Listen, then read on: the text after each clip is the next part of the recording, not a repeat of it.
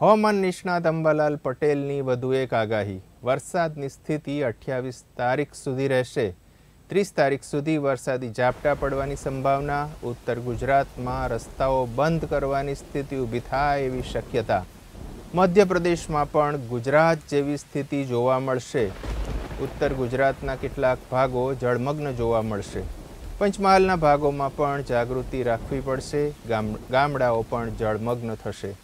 પશ્ચિમ સૌરાષ્ટ્રના ભાગોમાં જૂનાગઢ અને પોરબંદરમાં ભારે વરસાદની શક્યતા. દ્વારકા, અમરેલી, કચ્છના ભાગોમાં ભારેથી અતિભારે વરસાદની શક્યતા છે.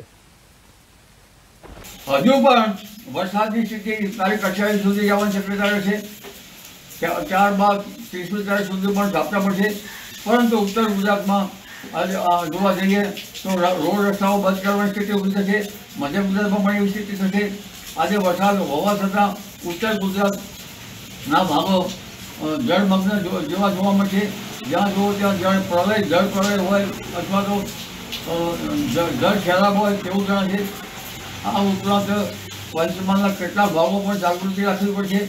ત્યાં પણ નિકાલ વ્યવસ્થા કરવાની યોગ્ય છે. સાબરકાંઠાના ભાગોમાં પણ નિકાલની વ્યવસ્થા યોગ્ય રહેશે, પાણી કરવાની યોગ્ય રહેશે. આ ઉપરાંત ઉત્તર ગુજરાતના કેટલાક ભાગોમાં પણ જળમગ્ન જે છે અને રસ્તાઓ રોડ બંધ થયા છે ત્યાં પણ થોડી જાગૃતિ રાખવી પડશે. ગામડાઓમાં પાણી ભરાઈ ગયા છે તો તેના નિકાલની વ્યવસ્થા કરવી પડશે.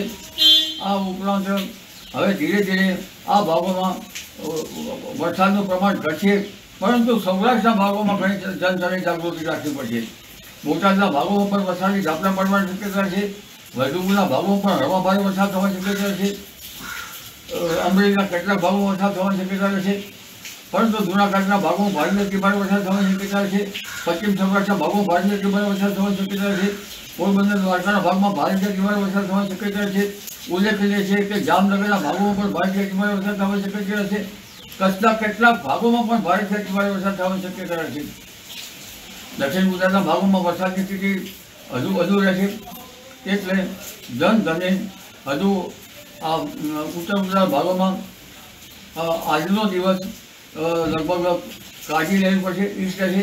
અને સૌરાષ્ટ્રના ભાગોમાં તો વધુ પડતી કાળજી લેવી પડશે, કારણ કે આ એક જબરદસ્ત વહન છે ડીપ ડિપ્રેશનનું, અને એક ભારે જળ સૈલાબ લઈને આવી રહ્યું હોય તેવું જણાય છે. જી.